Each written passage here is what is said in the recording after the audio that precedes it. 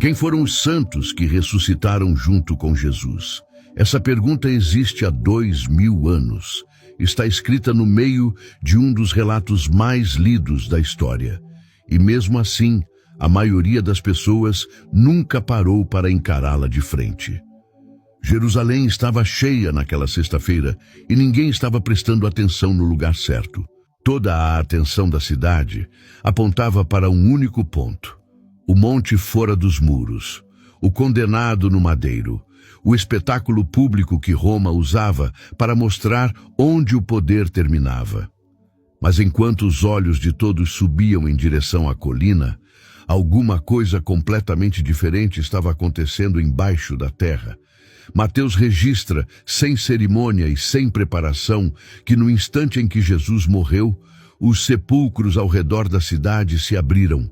Não um sepulcro, muitos. E dentro desses sepulcros havia corpos de pessoas que tinham vivido, sido conhecidas, sido enterradas e que agora, segundo o texto, já não permaneciam onde haviam sido deixadas. Mateus, capítulo 27, versículo 52. Os sepulcros se abriram e muitos corpos de santos que dormiam ressuscitaram. Essa frase não está escondida em algum manuscrito raro. Ela está ali, no coração do relato da paixão, sem aviso, sem explicação adicional, como se o autor soubesse que o peso já era suficiente. E o peso é considerável, porque o relato da crucificação é um dos mais percorridos de toda a Bíblia. E mesmo assim, esse trecho específico continua passando como uma linha a mais, numa lista de sinais, sem que ninguém pare para perguntar o que estava realmente acontecendo. As pessoas conhecem o véu rasgado, conhecem a escuridão que engoliu a tarde por 3 horas, conhecem a lança, o vinagre, as palavras finais pronunciadas da cruz, mas túmulos se abrindo com mortos que se levantavam dentro deles? Esse detalhe escorrega na maior parte das leituras como algo impossível demais para ser processado junto com o resto. Mateus não estava sendo vago.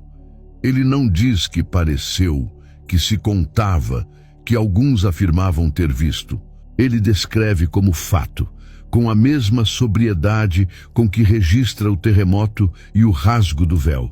Enquanto Jerusalém assistia a um homem morrer no alto da colina, a própria cidade começava a descobrir que nem todos os seus mortos estavam em silêncio. Isso não é detalhe secundário. É o segundo evento mais perturbador daquela tarde, e ele acontecia ao mesmo tempo que o primeiro, fora do campo de visão de qualquer testemunha que estivesse olhando para o Calvário. O mais desconcertante, porém, não é que isso tenha acontecido. É que Mateus não apresenta esse evento como explosão desordenada. Ele organiza o impossível em sequência. E quando essa sequência aparece com clareza, o mistério não diminui, ele fica substancialmente pior. Há uma diferença que o texto preserva com cuidado e que praticamente ninguém percebe na primeira leitura. Os sepulcros se abriram no momento da morte de Jesus. O terremoto sacudiu o chão, as pedras cederam e as câmaras funerárias ao redor de Jerusalém ficaram expostas naquela tarde de sexta-feira. Mas os santos não saíram naquele momento. Eles esperaram. Mateus deixa isso registrado com uma precisão que incomoda. As aparições em Jerusalém só aconteceram depois da ressurreição de Cristo. Não durante a crucificação, não logo após a morte, não na noite do sábado, depois da ressurreição. Isso cria uma estrutura que não pode ser tratada como coincidência narrativa. Há 2 eventos separados por um intervalo de pelo menos 2 dias, e o texto os conecta deliberadamente, como se um dependesse do outro para acontecer. A abertura dos sepulcros foi o primeiro movimento, a saída dos ressuscitados foi o segundo. E entre esses 2 pontos existe um silêncio que Mateus não preenche com explicação alguma. Esse silêncio é exatamente onde a passagem começa a revelar mais do que parece. Se os sepulcros se abriram na sexta-feira, Mas os mortos só apareceram no domingo. Então, alguma coisa estava acontecendo nesse intervalo que o texto não descreve, mas também não nega. A pergunta que essa estrutura impõe não é pequena. O que manteve esses santos dentro dos túmulos abertos por 2 dias, enquanto Jerusalém vivia o sábado mais pesado de sua história? A resposta que o próprio relato sugere tem a ver com ordem, não com atraso. A ressurreição de Jesus não poderia ser confundida com mais um fenômeno dentro de uma série de fenômenos. Se os mortos tivessem saído na sexta-feira à tarde, junto com o terremoto e o rasgo do véu, o impacto teria se diluído num conjunto de sinais simultâneos. A saída deles foi adiada para que o centro do evento permanecesse inconfundível. Paulo entenderia isso anos depois, com uma clareza que organizava tudo numa imagem agrícola simples. Em 1 Coríntios, capítulo 15, versículo 20, ele escreve que Cristo ressuscitou como as primícias dos que dormiam, o primeiro fruto de uma colheita que ainda estava por vir. As primícias não são a colheita inteira, são o sinal de que a colheita começou, a prova visível de que o processo foi iniciado e que o restante seguirá. Se Cristo é a primícia, então o que aconteceu com os santos ressuscitados não foi um evento paralelo à ressurreição dele. Foi um efeito dela, uma consequência que só pôde se manifestar depois que o ponto de origem estava estabelecido. A ordem que Mateus preserva no texto não é burocrática. Ela é teológica, no sentido mais concreto possível. Havia uma hierarquia no que estava acontecendo, e essa hierarquia não foi quebrada nem mesmo no meio de um dos momentos mais extraordinários já registrados. O que torna essa estrutura ainda mais desconcertante é pensar no estado desses sepulcros abertos entre a sexta-feira e o domingo. Câmaras funerárias expostas. Moradores de Jerusalém passando pelas estradas nos arredores da cidade durante o sábado. O cheiro, a visão, a perturbação de encontrar túmulos abertos, num momento em que a cidade inteira já estava sob um peso que ninguém sabia nomear direito. E mesmo assim, nenhuma aparição, nenhum encontro registrado antes do momento certo. O que estava esperando dentro daqueles túmulos abertos não era inércia, era contenção. Era um sinal que ainda não tinha autorização para se tornar visível, porque o evento que lhe daria sentido ainda não havia acontecido. Quando a ressurreição de Cristo se consumou no domingo de manhã, essa contenção chegou ao fim. E foi então que Jerusalém, ainda atordoada e sem saber exatamente o que havia acontecido no sepulcro de um jardim próximo, começou a receber visitas que ninguém estava preparado para receber. O sábado em Jerusalém foi o dia mais estranho que aquela cidade já viveu sem saber disso. A multidão havia voltado para casa após a execução. Os sacerdotes tinham garantido a guarda no túmulo de Jesus.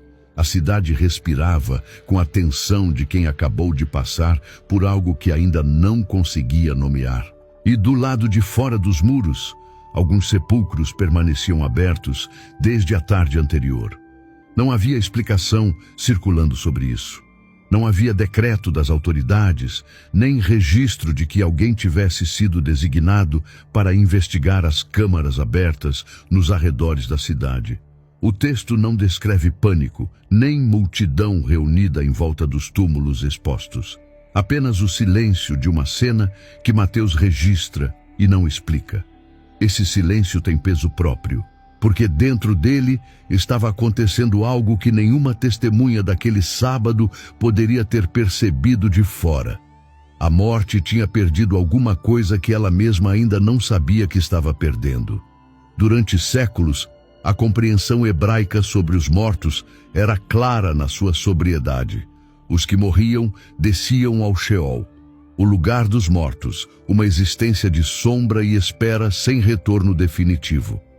Jó havia clamado por um intermediário entre ele e Deus. Os salmistas escreviam sobre o túmulo como lugar de silêncio, onde a voz do louvor se calava. A morte tinha uma fronteira que ninguém cruzava de volta com a mesma identidade, com o mesmo peso de existência real. E foi exatamente essa fronteira que começou a rachar naquele intervalo entre a sexta-feira e o domingo, dentro de câmaras funerárias que já não estavam fechadas. O que estava acontecendo nesses 3 dias não pode ser descrito com precisão, porque o texto não descreve. Mas o que o texto preserva é suficiente para entender a dimensão do que estava em curso. A morte de Jesus não foi apenas o encerramento de uma vida. Foi uma colisão contra a estrutura do próprio domínio da morte, e os efeitos dessa colisão não ficaram contidos no Calvário.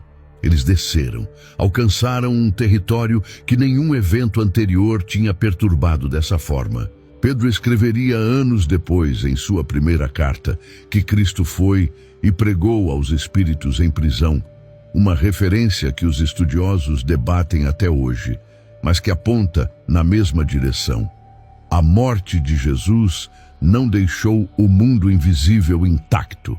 Havia uma movimentação acontecendo num nível que Jerusalém não podia enxergar naquele sábado, enquanto os sacerdotes dormiam tranquilos, achando que o caso estava encerrado. E o que torna esse intervalo ainda mais carregado é perceber que os sepulcros abertos não eram de estranhos. Eram de pessoas que tinham vivido naquela cidade ou nas suas proximidades, que tinham família, história, rostos conhecidos por vizinhos que ainda estavam vivos. A abertura desses túmulos não era anônima.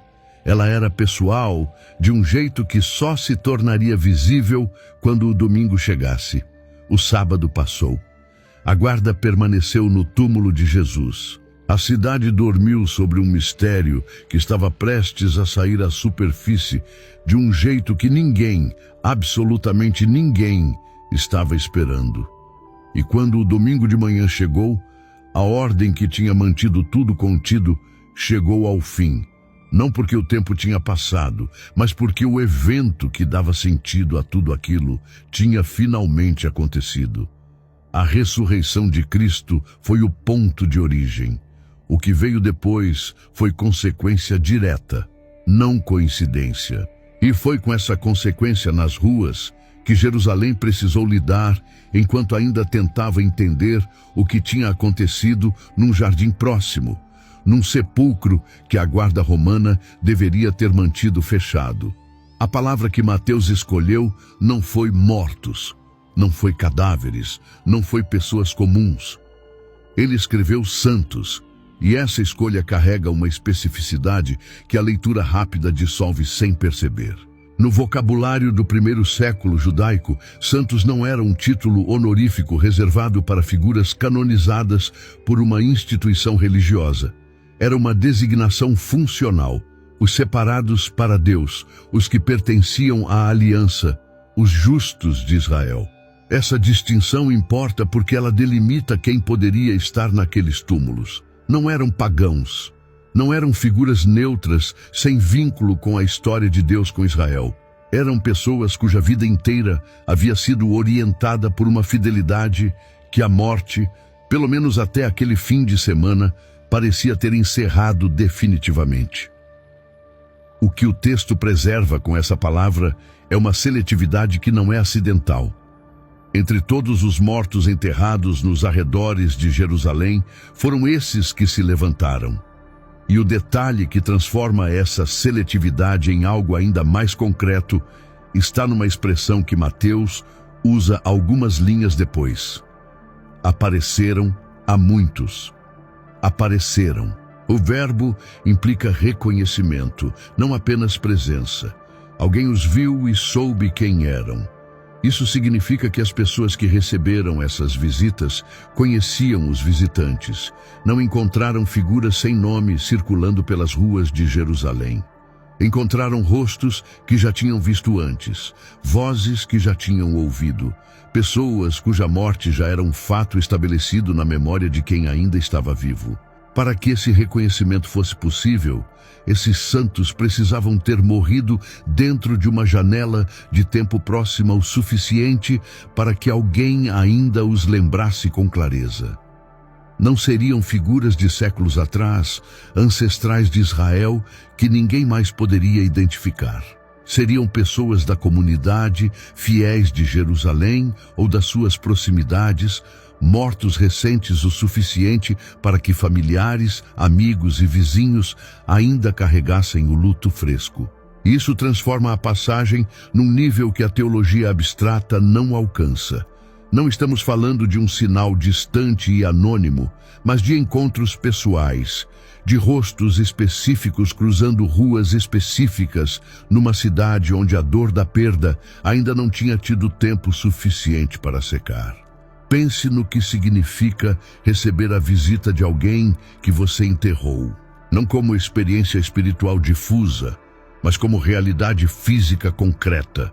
O rosto que você viu pela última vez numa câmara funerária, a voz que você tinha certeza absoluta de que nunca mais ouviria, de repente presente diante de você, na Cidade Santa durante a Páscoa. Isaías havia escrito em seu capítulo 26, versículo 19, que os mortos de Deus viveriam e que seus cadáveres se levantariam. Era uma promessa futura, inserida num poema de esperança, e durante séculos os leitores a carregaram como horizonte distante. Naquele domingo, o horizonte chegou sem avisar.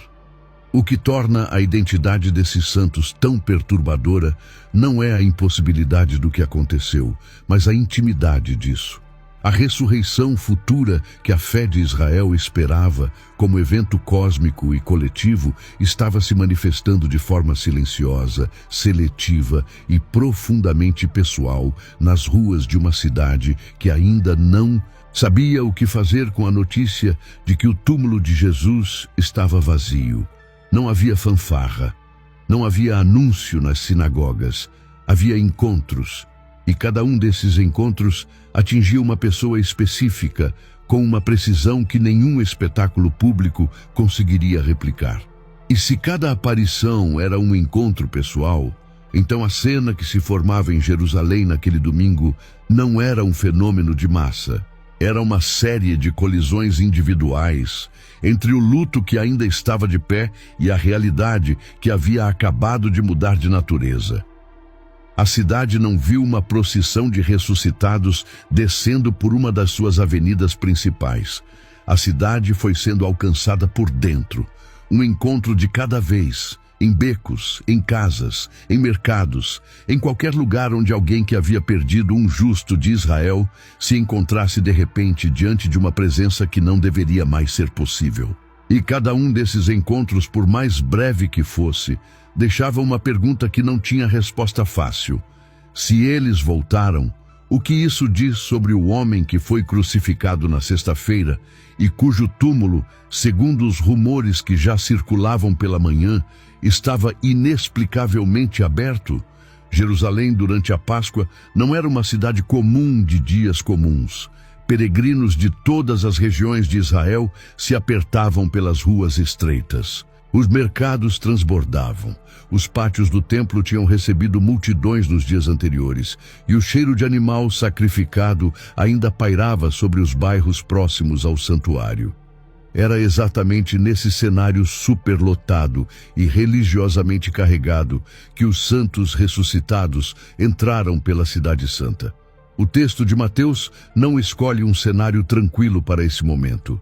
Não diz que apareceram nos arredores, nas estradas, nos campos. Diz que entraram na cidade, no coração pulsante de Jerusalém, durante a maior festa do calendário judaico. Essa escolha de cenário não é irrelevante. Uma cidade cheia significa mais testemunhas. Significa que os encontros podiam acontecer em qualquer esquina, em qualquer beco, dentro de qualquer casa onde uma família estivesse reunida para a refeição pascal. E cada um desses encontros tinha um nome por trás. Pense num filho que havia enterrado o pai poucos meses antes, ou numa mulher cujo marido tinha sido levado pela doença no inverno anterior, ou num discípulo cujo mestre tinha morrido antes de ver qualquer sinal de que a promessa de Deus se cumpriria. Agora imagine esse filho, essa mulher, esse discípulo, caminhando pelas ruas de Jerusalém num domingo de manhã e cruzando com aquele rosto. Não um vulto, não uma sombra que passa, um rosto reconhecível, com traços que a memória guardava com detalhes precisos, presente de uma forma que os olhos não conseguiam contestar. O texto diz que apareceram a muitos. A palavra muitos não define um número exato, mas exclui a possibilidade de um evento privado e isolado. Foram encontros suficientes para que a informação se espalhasse, para que Mateus pudesse registrar o fenômeno como algo que múltiplas pessoas vivenciaram e confirmaram. Isso é muito diferente de uma aparição vaga relatada por uma única testemunha anos depois. O que Jerusalém viveu naquele domingo foi uma série de interrupções no luto de pessoas reais. Cada encontro desfazia uma certeza que parecia definitiva. Cada rosto familiar aparecendo onde não deveria mais aparecer obrigava quem via a recalibrar o que havia aceitado como irreversível. A morte tinha funcionado de forma previsível por toda a história daquela cidade. Quando alguém morria, aquilo era o fim da presença daquela pessoa no mundo dos vivos, sem exceções, sem negociações. Naquele domingo, as exceções estavam andando pelas ruas. E o peso disso não se limitava à surpresa do encontro. Havia uma camada de significado que qualquer judeu devoto daquele período conseguiria sentir quase instintivamente, mesmo sem ter palavras exatas para articular. E ressurreição dos mortos era uma das esperanças centrais da fé farisaica, debatida nas sinagogas, prometida nos profetas, aguardada como evento do fim dos tempos. Não algo para agora, algo para o grande dia final, quando Deus restauraria todas as coisas. E de repente, enquanto a Páscoa ainda estava acontecendo, fragmentos dessa esperança escatológica estavam circulando pela cidade, como se o fim dos tempos tivesse começado, sem que ninguém fosse avisado com antecedência. Não era a ressurreição final completa. Era algo mais desconcertante do que isso, um sinal parcial, localizado, pessoal, que não tinha precedente na experiência de ninguém que estivesse vivo naquele momento. O sumo sacerdote não convocou uma assembleia para tratar do assunto. Os fariseus não emitiram nenhum pronunciamento registrado. A guarda romana não foi mobilizada para conter a movimentação de ressuscitados pelas ruas. O silêncio oficial sobre esse evento é tão espesso quanto o silêncio dos túmulos no sábado anterior, e por razões que não são difíceis de imaginar. Como você lida oficialmente com algo que não deveria ser possível e que, se confirmado, derruba as bases de tudo o que você acabou de fazer? Os mesmos sacerdotes que tinham pressionado pela execução de Jesus estavam, naquele mesmo domingo, recebendo o relatório dos guardas sobre um túmulo que havia sido encontrado aberto e vazio. Adicionar a isso o relato de mortos reconhecidos circulando pela cidade era mais do que qualquer autoridade religiosa estava disposta a processar publicamente. Mas o silêncio oficial não apagava os encontros, não desfazia o impacto de cada colisão entre um rosto que deveria ser memória e uma presença que era, inegavelmente, real. E cada testemunha desse domingo carregava consigo uma pergunta que os santos ressuscitados, por sua simples existência visível, já estavam respondendo sem precisar dizer uma palavra. A pergunta que aqueles encontros em Jerusalém deixavam no ar não era pequena, e qualquer um que tivesse testemunhado um deles provavelmente passou dias sem conseguir formulá-la com clareza. Porque existe uma diferença enorme entre alguém voltar à vida e alguém ter vencido a morte. E essa diferença, que parece sutil quando colocada em palavras, muda completamente o significado do que estava acontecendo.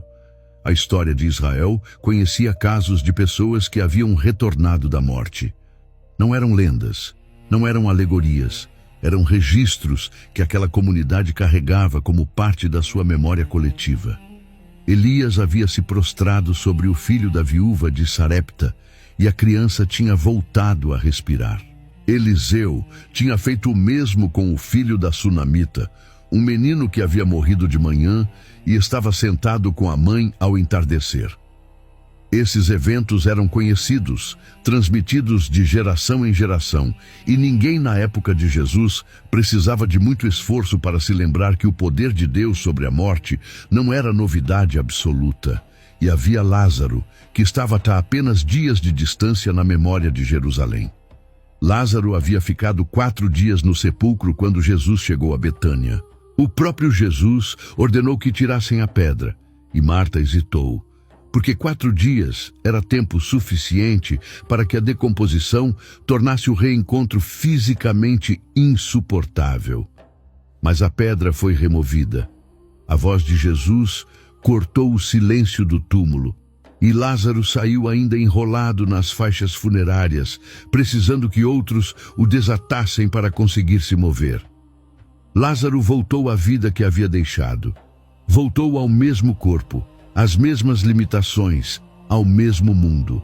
Comia, dormia, envelheceria e em algum momento futuro morreria novamente, desta vez sem que houvesse um segundo chamado. A ressurreição de Lázaro foi extraordinária no sentido mais rigoroso da palavra. Estava fora do ordinário, era impossível sem intervenção direta de Deus. Mas ela não inaugurou nada, não criou uma nova categoria de existência. Foi uma suspensão temporária da morte, não a derrota dela.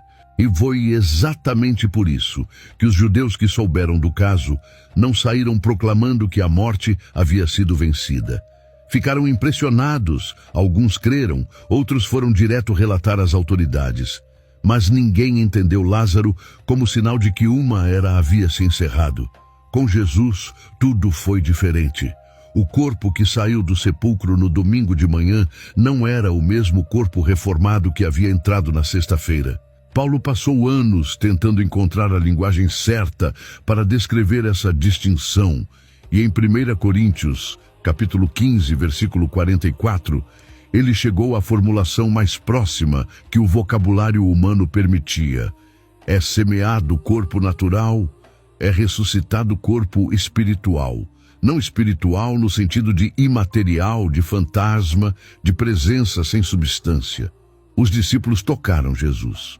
Ele comeu peixe assado na beira do mar. Mas havia algo fundamentalmente diferente naquela existência. Algo que permitia que ele aparecesse num aposento com as portas fechadas e que fosse reconhecido e depois não reconhecido pelos caminhantes de Emaús, dependendo de algo que transcendia a aparência física. Cristo ressuscitado não era Lázaro ressuscitado.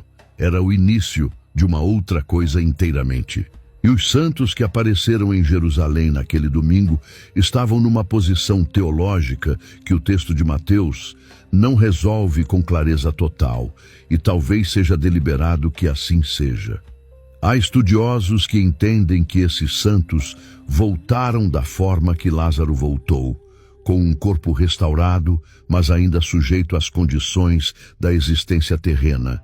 Um sinal poderoso e temporário de que a vitória de Cristo sobre a morte produzia efeitos imediatos e visíveis. Há outros que veem nesses ressuscitados uma antecipação concreta da glorificação futura, uma espécie de primícias secundárias que participaram de uma transformação mais próxima daquela que os crentes aguardam no fim dos tempos. Nenhuma das duas leituras é absurda. Nenhuma delas está fechando uma porta que o próprio texto mantém entreaberta. O que as duas têm em comum é a conclusão que importa. Independente do tipo exato de corpo com que esses santos voltaram, o que estava sendo demonstrado naquele domingo não era um truque biológico isolado. Era a prova de que a morte havia recebido um golpe do qual não se recuperaria. Lázaro tinha voltado e a morte continuava de pé, aguardando sua vez novamente. Com a ressurreição de Cristo como ponto de origem, os santos que saíram dos túmulos abertos já não eram simplesmente casos de recuperação da vida que seria perdida outra vez. Eram evidência viva de que o território que a morte considerava seu havia sido invadido por uma autoridade que a morte não tinha como contestar. E se esses corpos eram diferentes de Lázaro, se havia neles algo da nova ordem inaugurada por Cristo, então, a pergunta que naturalmente segue é mais desconcertante do que parece à primeira vista. Porque durante séculos a pergunta foi enquadrada de uma forma que a torna mais simples do que realmente é. As pessoas perguntam por que não há mais registros históricos desse evento, por que os romanos não documentaram, por que os líderes judaicos não responderam publicamente. Mas essa pergunta pressupõe que um evento dessa natureza deveria se comportar como qualquer outro evento histórico, deixando rastros proporcionais ao seu tamanho em arquivos que ainda existem. E essa pressuposição é exatamente onde a resposta começa a ficar interessante. Essa pergunta ficou guardada desde que os sepulcros se abriram, e ela merece uma resposta honesta. Mas antes de chegar nela, se tudo que foi revelado até aqui tem tocado algo em você, curta, comente e compartilhe com alguém que precisa ouvir isso. Se inscreva no canal e, se quiser abençoar o trabalho que está sendo feito aqui, clique no botão "Valeu demais" e deixe uma oferta de qualquer valor ou se torne membro. Temos também alguns produtos na descrição. Adquira um e faça parte disso. Continuando. Existe uma objeção que qualquer pessoa com pensamento crítico vai levantar em algum momento, e ela precisa ser encarada sem rodeios. Se mortos reconhecíveis andaram pelas ruas de Jerusalém durante a Páscoa, numa cidade lotada de peregrinos, por que os registros históricos fora da Bíblia praticamente ignoram esse evento? Roma documentava tudo que ameaçava a ordem pública.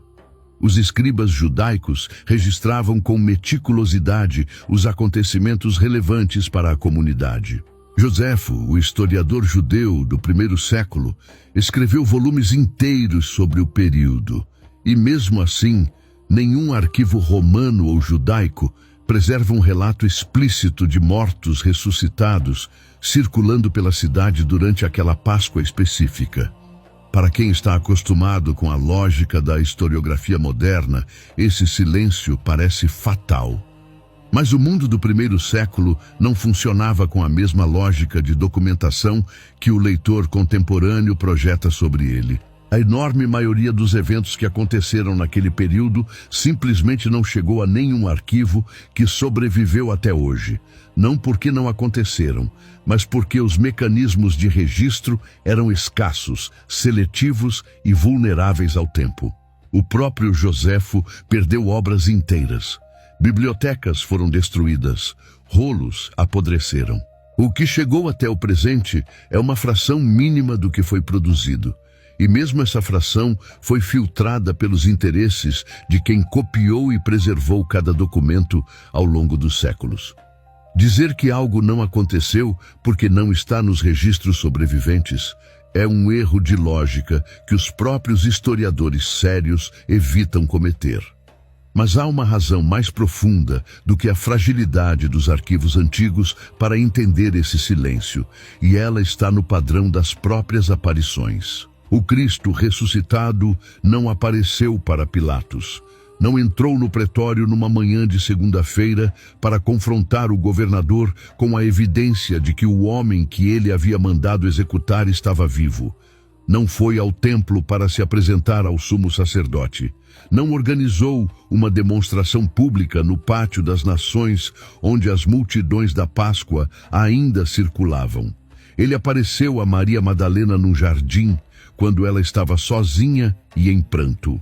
Apareceu a 2 discípulos numa estrada de terra batida indo para Emaús, numa conversa que durou horas antes de qualquer reconhecimento. Apareceu num aposento fechado onde os seus estavam reunidos por medo, não por expectativa. O padrão é inconfundível. Encontros pessoais, deliberados, com testemunhas específicas, escolhidas por razões que a narrativa deixa entrever, mas não explica completamente. Os santos ressuscitados seguiram a mesma lógica.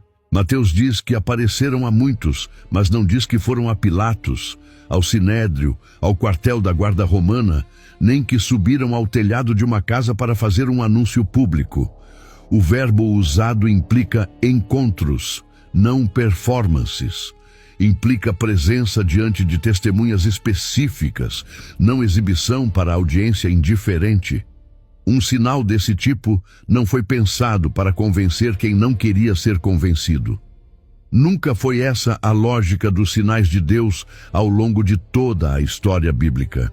Moisés fez prodígios diante do faraó, e o faraó endureceu o coração 10 vezes seguidas. Elias chamou fogo do céu sobre o Monte Carmelo, e Jezabel mandou um recado ameaçando matá-lo no dia seguinte. Os sinais nunca funcionaram como prova irresistível para quem havia decidido não crer. E não foi diferente naquele domingo de Páscoa.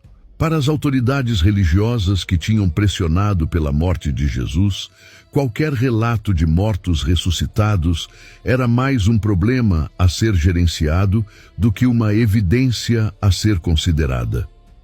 Da mesma forma que pagaram os soldados para espalhar a história de que os discípulos tinham roubado o corpo, a resposta institucional a qualquer sinal inconveniente era o silêncio estratégico ou a narrativa alternativa. O silêncio nos arquivos oficiais não é prova de que o evento não aconteceu. É exatamente o que se esperaria de instituições que tinham interesse direto em que o evento fosse esquecido. E há outro ângulo que raramente é considerado nessa discussão. As testemunhas diretas dos encontros com os santos ressuscitados eram membros da comunidade judaica de Jerusalém, pessoas que viviam dentro de uma cultura oral fortíssima, onde o relato pessoal circulava com muito mais velocidade e alcance do que qualquer documento escrito. O fato de Mateus registrar isso décadas depois indica que a informação havia sobrevivido na memória coletiva da comunidade cristã primitiva, transmitida por testemunhas que haviam vivido aquele domingo e que contaram o que viram para pessoas que contaram para outras. A questão nunca foi se havia evidência. A questão era para quem essa evidência era dirigida e o que cada receptor faria com ela. Porque um encontro com alguém que você sabia estar morto não te deixa neutro. Ele te força a uma decisão sobre o que fazer com o que acabou de acontecer. E essa decisão tem consequências que vão muito além de uma entrada num arquivo histórico. Cada testemunha daqueles encontros carregou consigo, pelo resto da vida, uma pergunta que os registros oficiais não podiam apagar. Se os mortos de Israel estavam voltando por causa do que havia acontecido naquele fim de semana, o que exatamente havia acontecido naquele fim de semana que tinha força suficiente para produzir esse efeito? A resposta não estava nos arquivos de Roma. Estava numa ordem mais profunda do que qualquer instituição humana tinha acesso. E foi essa ordem que precisava ser entendida para que o episódio inteiro fizesse sentido. Há uma pergunta que os capítulos anteriores foram abrindo lentamente e que só faz sentido ser respondida agora que o terreno está preparado. Por que Deus escolheu esse sinal específico, nesse momento específico, nessa cidade específica? De todos os sinais possíveis que poderiam acompanhar a ressurreição de Cristo, por que santos ressuscitados entrando em Jerusalém durante a Páscoa? A resposta não está numa decisão arbitrária, ela está numa lógica que percorre a Bíblia inteira de forma tão consistente que, quando aparece aqui, não soa como surpresa para quem conhece o fio condutor da história. Israel entendia a realidade em termos de promessa e cumprimento. Cada evento significativo do presente tinha raízes em algo que Deus havia dito antes, e cada promessa cumprida apontava para algo que ainda estava por vir. Essa Não era uma estrutura teológica inventada depois. Era a forma como o povo havia aprendido a ler a própria história ao longo de séculos. E dentro dessa estrutura, a ressurreição de Jesus não podia ser um evento isolado. Ela precisava ser o início de algo, não apenas o ponto final de uma vida interrompida. Paulo trabalhou isso com uma precisão que nenhum outro escritor do Novo Testamento igualou.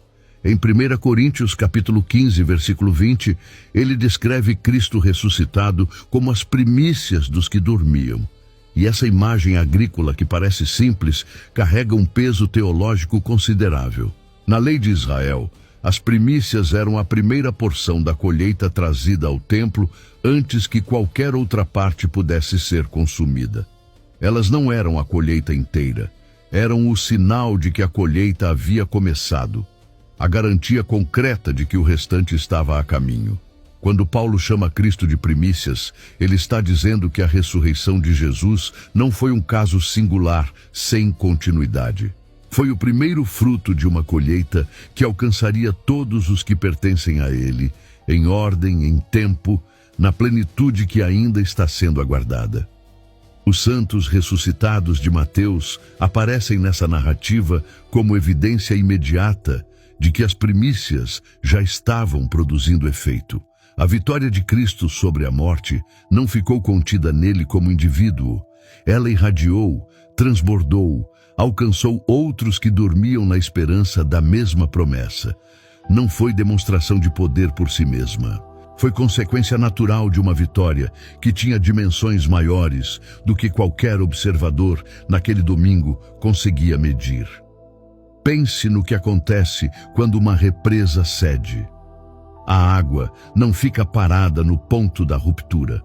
Ela se move, alcança o que estava seco, muda a topografia do que encontra pelo caminho. A morte havia funcionado como represa por toda a história humana, contendo o que entrava e não deixando sair. A ressurreição de Cristo foi a ruptura que nenhuma outra força havia conseguido provocar. E os santos que saíram dos sepulcros eram a primeira evidência visível de que as águas haviam começado a se mover. Isso transforma completamente o significado daqueles encontros em Jerusalém.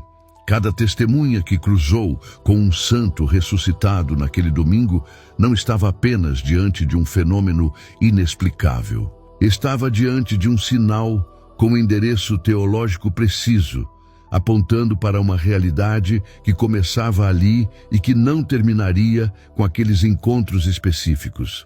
A pergunta sobre quem eram os santos, que ocupou tanto espaço nos capítulos anteriores, começa a se revelar como a pergunta secundária que sempre foi. A pergunta que o episódio inteiro estava construindo é outra. O que a existência desses ressuscitados revela sobre quem Jesus realmente é? Se a morte de um homem numa cruz fora de Jerusalém teve força suficiente para abrir sepulcros, para perturbar o território que a morte considerava inviolável, para produzir ressurreições que nenhum profeta, nenhum rei, nenhum sacerdote havia conseguido gerar simplesmente morrendo. Então, o que estava acontecendo naquela cruz não era apenas a execução de um pregador galileu.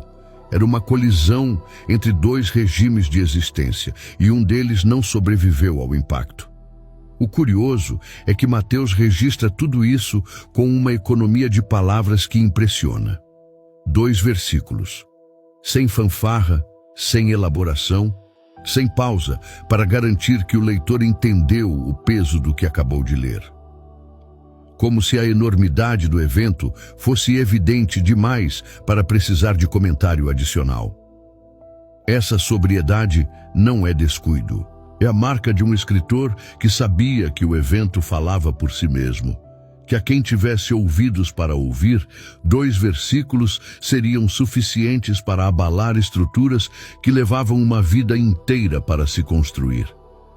E o que torna esse episódio ainda mais desconcertante para quem para pensar com calma é que Mateus o encerra sem resolução. Ele diz que os santos entraram na cidade e apareceram a muitos, e depois o assunto simplesmente não volta mais no texto. Não há versículo posterior explicando o destino desses ressuscitados. Não há carta apostólica tratando do tema com detalhes. Não há tradição amplamente documentada que resolva a questão de forma definitiva. O texto abre, mostra e fecha com o mesmo silêncio com que os sepulcros haviam ficado entre a sexta-feira e o domingo. Esse silêncio final é a última camada do episódio e ela pode ser a mais reveladora de todas. Mateus não fecha a história desses santos. Ele simplesmente para de falar sobre eles. Não há versículo seguinte dizendo que voltaram aos sepulcros, que ascenderam ao céu, que viveram por mais alguns anos antes de morrer novamente. O relato abre, mostra os encontros em Jerusalém e então o assunto desaparece do texto com a mesma naturalidade com que havia entrado. Esse silêncio incomoda. Incomoda de um jeito específico, diferente do silêncio do sábado que foi trabalhado antes. Diferente da ausência de registros históricos externos, discutida no capítulo anterior. Este silêncio é interno ao próprio texto sagrado, e isso lhe dá um peso que nenhum arquivo romano poderia ter. Quando a Bíblia decide não responder uma pergunta, isso raramente é descuido. Os escritores bíblicos eram pessoas que escolhiam cada elemento com propósito, que sabiam o que estavam incluindo e o que estavam deixando de fora, e que tinham razões para ambas as decisões. Então, o que significa Mateus encerrar o episódio sem resolver o destino desses ressuscitados? Há pelo menos 3 hipóteses que a tradição cristã desenvolveu ao longo dos séculos, e nenhuma delas é absurda o suficiente para ser descartada sem consideração. A primeira é que esses santos voltaram à vida comum, da mesma forma que Lázaro, viveram por um período determinado e, eventualmente, morreram de novo. Nessa leitura, o sinal era temporário por natureza, um testemunho poderoso e localizado que cumpriu sua função sem precisar de permanência para ser válido. A segunda é que, por terem ressuscitado numa ordem diferente de Lázaro, ligados diretamente à vitória de Cristo como ponto de origem, esses santos podem ter experimentado uma transformação que não incluía retorno à mortalidade. Nessa perspectiva, o silêncio de Mateus sobre o destino final deles não seria lacuna narrativa, mas contenção deliberada sobre algo que transcendia o que o texto estava equipado para descrever naquele momento. A terceira, que alguns estudiosos conectam à ascensão de Cristo, registrada em Atos, capítulo 1, versículo 9, sugere que esses santos podem ter subido com ele, participando de alguma forma do triunfo que foi anunciado nas alturas 40 dias depois da ressurreição. Nenhum desses caminhos tem evidência textual suficiente para ser declarado definitivo. E talvez seja exatamente por isso que Mateus não escolheu nenhum deles para registrar. Porque o destino individual de cada um desses ressuscitados não era o ponto. Nunca foi. Eles não aparecem no texto de Mateus como personagens com arco narrativo próprio. Aparecem como testemunhas de uma realidade que os ultrapassava, sinais vivos de algo que não era sobre eles mesmos, mas sobre o evento que os havia tornado possíveis. Essa distinção é fundamental para entender por que o silêncio final não é uma falha do texto, mas talvez sua afirmação mais precisa. A Bíblia dá informação suficiente para abalar qualquer leitor que para encarar essa passagem com seriedade. Os sepulcros se abriram, os santos se levantaram, entraram na cidade, apareceram a muitos. Isso é o suficiente para que o peso do evento seja compreendido, sentido e carregado, mas não dá detalhe suficiente para que o espectador fixe os olhos nos ressuscitados em vez de olhar para o centro do qual eles dependem. É uma construção narrativa que protege a hierarquia teológica com a mesma inteligência com que a ordem cronológica do evento a havia protegido desde o princípio, desde o momento em que os sepulcros ficaram abertos, mas os santos esperaram dentro deles até que Cristo saísse primeiro. O texto guarda uma coerência que vai da abertura dos túmulos na sexta-feira até o silêncio sobre o destino final no domingo. E essa coerência aponta sempre na mesma direção. Não para os santos, para Jesus. Agora, pense em tudo que foi revelado ao longo desta história. Uma sexta-feira em que a morte parecia ter a última palavra. Um sábado de silêncio sobre câmaras funerárias abertas. Um domingo em que rostos que deveriam ser memória voltaram a ser presença. Uma cidade que foi interrompida em seu luto por encontros que não tinham precedente. Uma ordem interna que protegia a supremacia de Cristo sobre cada parte do evento. Um propósito que transformava a ressurreição não em caso isolado, mas em abertura de colheita. E um silêncio final que recusava transformar testemunhas em protagonistas. Tudo isso está em 2 versículos. 2 versículos que a maioria das pessoas percorre sem parar. Num relato que é lido há 2000 anos, como se fosse apenas sobre uma morte e uma ressurreição. Mas naquele fim de semana em Jerusalém, havia algo acontecendo em múltiplos níveis ao mesmo tempo, e cada nível apontava para a mesma conclusão que as autoridades religiosas, os soldados romanos e até os próprios discípulos não estavam preparados para absorver de imediato. Quando Jesus saiu do túmulo, ele não saiu sozinho no sentido mais amplo dessa palavra. A morte havia cedido terreno suficiente para que outros também saíssem. E esse terreno cedido era o sinal de que o que havia acontecido naquele jardim não era o encerramento de uma história. Era a abertura de uma era que, segundo toda a lógica bíblica que percorre os 2 testamentos, ainda está se desdobrando. Os santos ressuscitados de Mateus são o eco mais imediato dessa abertura. Vieram, foram vistos e desapareceram do texto sem explicação de destino, porque o destino deles já estava implícito no destino daquele que os havia precedido. E quem entende isso, entende que a maior pergunta não é para onde eles foram. A maior pergunta é o que a existência deles ainda diz para quem está vivo hoje, 2000 anos depois daquele domingo em que Jerusalém encontrou seus mortos nas ruas durante a Páscoa.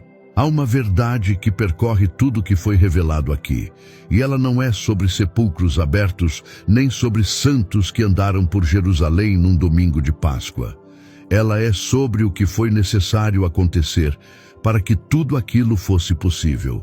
Alguém morreu de uma forma que nenhuma morte comum morre. Alguém desceu a um lugar de onde ninguém voltava com a mesma existência e voltou diferente de tudo que havia existido antes. Alguém rompeu uma fronteira que a humanidade inteira havia aceitado como definitiva, e ao romper essa fronteira, produziu efeitos que alcançaram outros, que abriram câmaras funerárias, que levaram rostos conhecidos de volta às ruas de uma cidade que não estava preparada para recebê-los.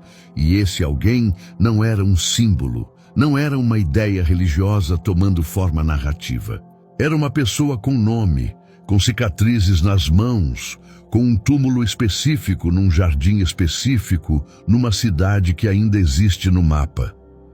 O peso do que aconteceu naquele fim de semana não é apenas histórico.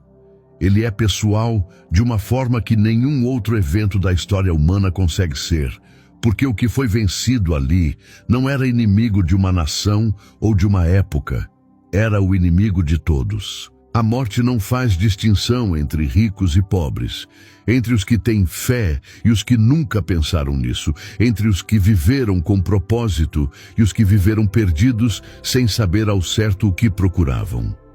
Ela chega da mesma forma para todos, e durante toda a história da humanidade não havia nenhuma resposta real para ela.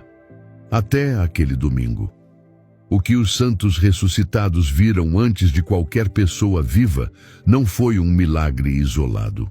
Foi a prova de que existe uma saída do único lugar de onde ninguém sai por mérito próprio, e que essa saída tem um nome e um rosto e um convite que ainda está aberto hoje, para quem está ouvindo agora. Não é preciso ter vivido uma vida perfeita para chegar diante desse convite. Os que foram alcançados pela vitória de Cristo ao longo de toda a história bíblica raramente eram os que tinham tudo certo. Eram os que estavam dispostos a reconhecer que precisavam de algo que não conseguiam produzir por conta própria. E talvez seja exatamente isso que essa história provoca em quem para encarar o que ela realmente diz. Não apenas admiração pelo mistério dos santos ressuscitados, não apenas satisfação intelectual por ter compreendido uma passagem difícil, mas uma pergunta silenciosa que fica depois que tudo foi dito. E você, o que faz com o que sabe agora? A morte foi ferida naquele fim de semana, mas a ferida que ela sofreu só tem efeito pessoal para quem se une àquele que a feriu. Se ao longo de tudo que foi revelado aqui, você sentiu que algo dentro de você reconheceu uma verdade maior do que a curiosidade que te trouxe até aqui, esse reconhecimento não é acidente, é o início de algo. Se você deseja se reconciliar com Jesus Cristo por ter se afastado dos seus caminhos em algum momento da vida, ou se quer pela primeira vez iniciar uma jornada rumo à salvação eterna, faça isso agora com simplicidade e sinceridade. Comente aqui embaixo: me aceita, Senhor Jesus. O Senhor é meu único e suficiente Salvador. Não precisa de cerimônia, não precisa de preparo especial. Precisa apenas da mesma disposição que os que encontraram os santos ressuscitados em Jerusalém precisaram ter para aceitar que o que estavam vendo era real, que a realidade havia mudado e que era possível viver de um jeito diferente a partir daquele encontro. E se você já conhece a Cristo, se essa fé já é parte da sua vida e esse relato apenas aprofundou o que você já carregava, então compartilhe essa mensagem com alguém que precisa ouvi-la. Comente amém, para que mais pessoas possam ser alcançadas por tudo que foi dito aqui, porque os santos ressuscitados apareceram a muitos.